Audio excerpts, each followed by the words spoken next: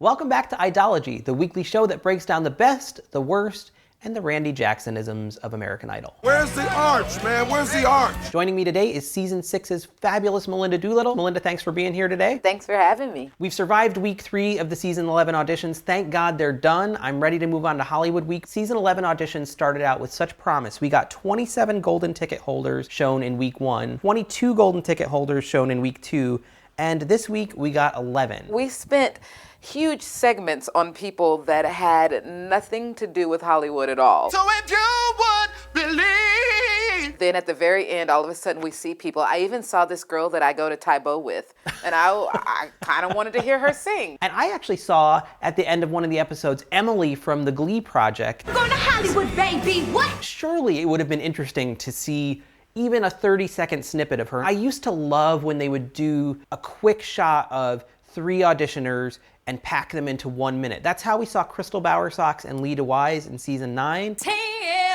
another little piece of my heart now, baby.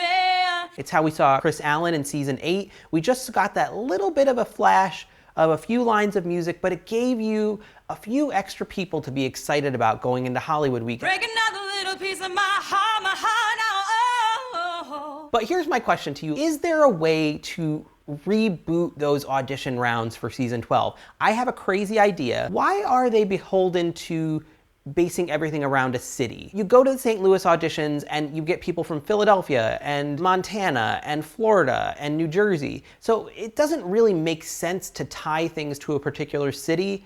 I think by now 90% of the audience knows the holding rooms where they keep about 100 people that the judges see is held on a different day than the cattle call where they get 10,000 people. Jennifer Lopez is not paid enough to listen to 10,000 people audition. She's just not.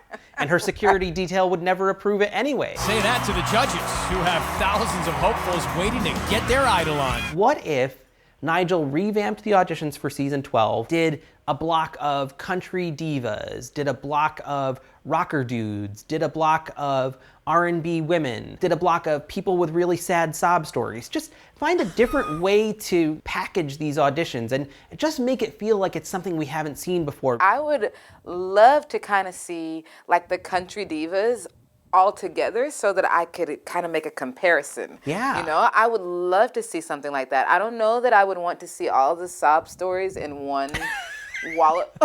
It's just enough for me to get completely depressed at the end of an episode already. Right. So if they put 15 minutes of that together, I might be really upset. Speaking of things we might not want to see again on Idol, I've got to say, I think it's time to call a moratorium on women entering the audition room and saying, my soon-to-be ex-husband held me back from my dream. I was married and he held me back. We saw it with Stacey Francis on X Factor, and then we saw it twice this week. Brittany Kellogg came in, gave an awful lot of background. Then he decided to go and pursue other women. And then we saw Rochelle Lamb come in and give the same exact sob story. He took all them dreams away from me. Sorry, hun, but that sob story is already property of Brittany this season. But I just don't understand that as a tactic. Sisters are doing it for themselves. Annie Lennox and Aretha Franklin sang that like 20 years ago. Why is this still an excuse? My husband held me back from my dream. On one side of things, I mean, it is possible to allow that to happen.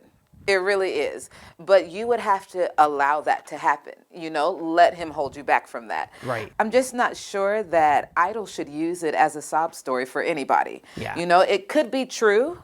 It could be that that happened to these ladies and all of that. But I don't want to go into their audition thinking, oh, well, I guess I like her because she sang You're No Good because the man left her for other girls, so now I really like her. We have a bunch of single moms out there that are doing so much for themselves.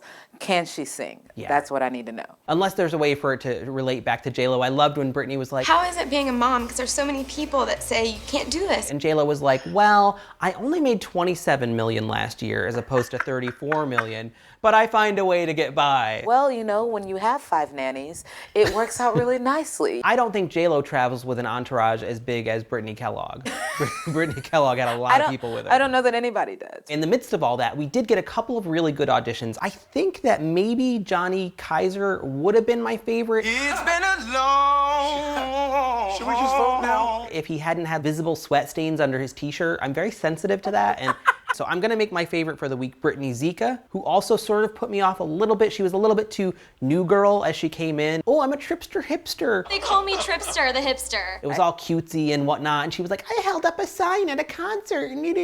I was immediately put off by her, but when she started singing The Story by Brandi Carlile, I thought, oh my God, her voice was just so beautiful. So many stories of where I've been and how I got to where I am. Her voice is sublime. Yeah. I just closed my eyes and listened to her sing. It's true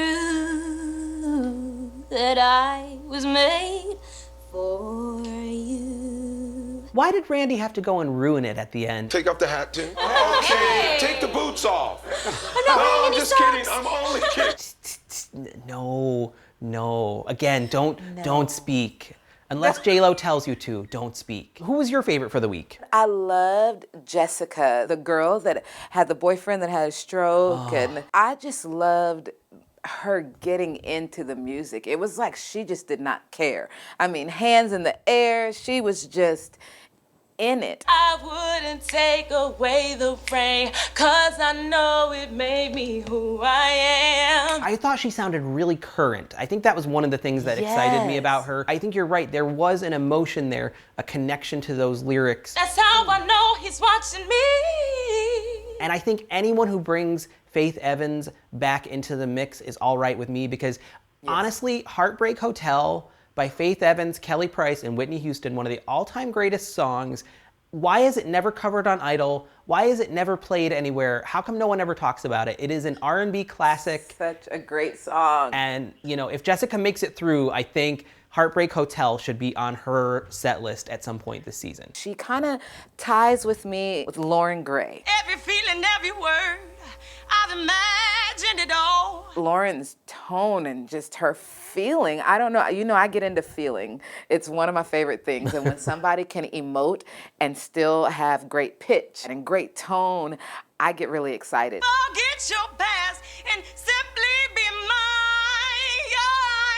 Those two, you know, the last two auditions, which I normally shy away from, I'm like, don't give me the last audition and tell me that it's the best. Right. Because I want to make my own decision. You're still smarting from Lauren Elena's pimp slot back in season 10. You don't want to miss the first step of her idol journey.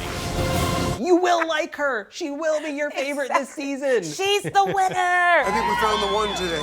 We found her. Boy, they played that storyline out to the bitter end. Can she make it the entire hour, in your opinion? And I almost felt that way with Lauren. Her audition was great, but then when it got to the end and J-Lo was like, 2 words. Lauren Gray. She could win it all. And then they started coupling her with Carrie Underwood. And I was like, hold up. Let's not do it. It's too soon. She had me from that opening note when it was like a blast of pure blues and just such intensity and feeling. But I feel like she didn't have really any dynamics. She was just full throttle the whole way, and I wanted her to show some subtlety. By the time she was done, I just felt like I'd watched an episode of The X Factor. It was just too much all at once. I think sometimes in that audition moment, you feel like I have to show you everything I can do really fast in this 30 seconds I have.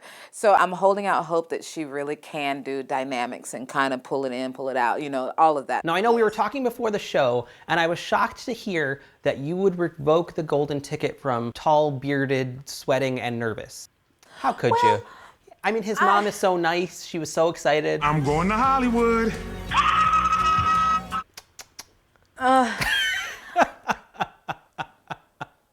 Germaine Jones. He has a name. He's not just tall, bearded, and sweating. Germaine was precious, and I loved his mom, but there was something in his tone. It was kind of like halfway classical, halfway Luther Vandross. Don't you remember you told me you love me, baby? It was just in the middle for me, and something just was a little bit off. And it was a feel-good story to see him get the golden ticket, but I'm kind of with you that maybe they should have said, you got to come back in 2 years, because if you're that nervous, this is someone who would just get eaten alive if he ever makes it to the live show. It's a tough one. It's going to be and deep. For somebody like you who doesn't deal well with sweat, I don't know how you're going to handle that one. Could be a serious issue for me.